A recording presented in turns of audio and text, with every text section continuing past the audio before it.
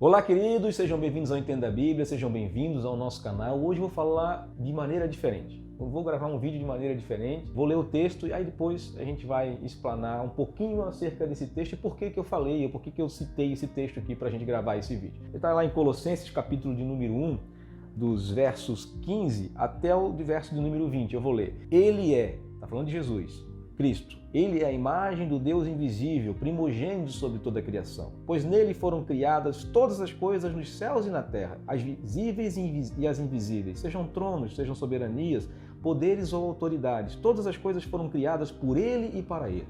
Ele é antes de todas as coisas e nele tudo subsiste. Ele é a cabeça do corpo, que é a igreja.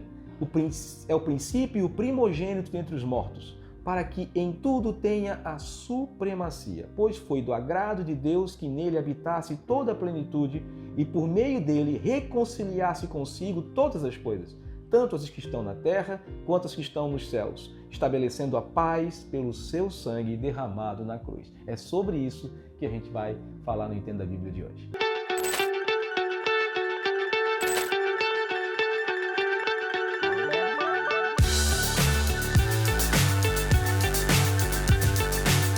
Você voltar um pouquinho, lá no vídeo número 125, eu falo sobre Jesus, o cabeça da igreja. E tudo que Paulo está falando aqui é mais ou menos a mesma ideia. Paulo está falando aqui, e diante de tudo que eu falei nos vídeos anteriores, sobre as heresias que estavam surgindo, sobre essa ideia judaica difícil de entender, sobre a questão de Jesus ser Deus, ser o Filho de Deus, o Messias, através das profecias do Antigo Testamento, observar que o Messias seria Deus, essa dificuldade que o povo judeu ainda tinha e precisava se converter disso, entender que tudo está nas Escrituras, apenas bastava a gente examinar as Escrituras, e agora influenciado pela cultura helenística, influenciado pelas filosofias humanas gregas, influenciado por um certo misticismo, existia essa dificuldade em aceitar Jesus como Filho de Deus, como sendo o próprio Deus, e aqui Paulo explana isso muito claramente. É muito claro isso para Paulo, quando ele escreve à igreja em Colosso, para defender essa ideia e defender também a supremacia desse Cristo, como ele é colocado acima de todas as coisas. Então Paulo fala isso e usa duas expressões interessantes que são parecidas com a ideia da palavra cabeça, que eu usei lá no vídeo 125, eu expliquei um pouco sobre isso lá.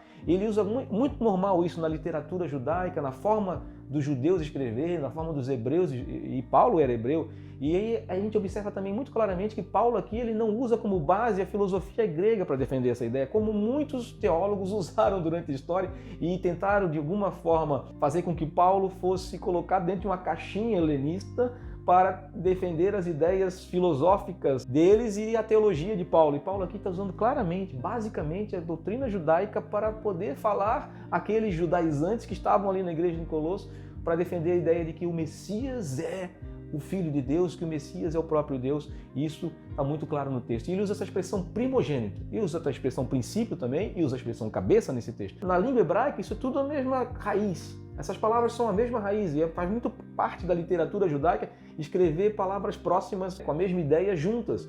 E Paulo escreve isso aqui para defender essa ideia de que Cristo é o primogênito da criação e o primogênito dentre os mortos. Cristo é aquele que é a parte mais importante, é o princípio de todas as coisas. E isso não quer dizer que Cristo, Jesus, ele foi uma criatura ou foi um ser criado por Deus, como defendiam os arianos depois, posteriormente, usando esse texto. Os arianos vão defender que Cristo ele foi criado por Deus. Não, Paulo não está falando acerca disso quando ele diz que ele é o primogênito, está dizendo ele é o principal da criação. Ele é a parte mais importante, as coisas foram criadas por causa dele, tudo por ele. É isso que Paulo está dizendo, porque ele é o principal de tudo, foi tudo por ele, para ele, por causa dele. Tudo foi criado, tudo que nós vemos foi criado por causa dele. Assim também como ele também não é, no nosso entendimento de primogênito, ele também não é o primogênito dos mortos. Ele não foi o primeiro a morrer, mas ele é o principal dos mortos. Por causa da morte dele, todos podem agora serem justificados. Todos podem agora ressuscitar também com ele, assim como ele também é o primogênito daqueles que ressuscitaram. E apesar dele não ter sido o primeiro da história a ser ressuscitado,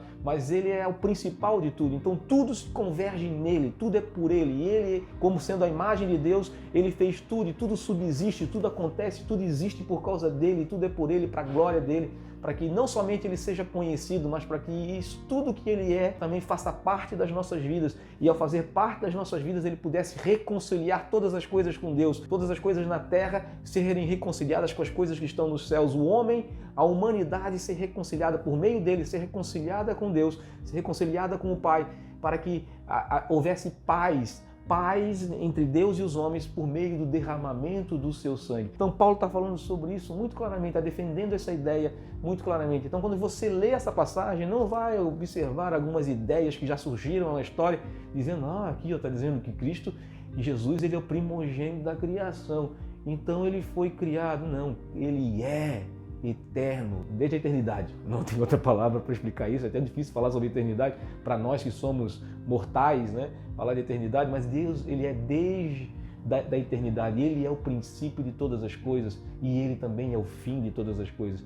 Todas as coisas foram criadas por causa dele e tudo que foi criado vai passar por uma reformulação total, vai passar por novos céus e nova terra, tudo por causa dele. Ele é a origem de todas as coisas e ele é o fim de todas as coisas. Ele é Deus, ele é eterno, ele é o nosso Cristo, ele é o nosso Messias. É isso que eu gostaria de falar no vídeo de hoje, para deixar um pouquinho mais rica essa ideia e para você, de alguma forma, observar alguns detalhes de algumas falácias heréticas que existem durante a história e que existem nos tempos de hoje, para você entender, se firmar em Cristo, entender quem é Jesus, entender quem é o Cristo de Deus, quem é o Messias prometido desde a antiguidade pelos profetas, para que você se fortaleça nele, para que isso também proteja a sua mente e o seu coração e você continue sempre caminhando naquele que é o caminho, naquele que é a verdade, naquele que é a vida, e que ninguém vem, como disse ele, ninguém vai ao Pai a não ser por Jesus, o Cristo de Deus. Deus te abençoe, um grande abraço e até o próximo vídeo.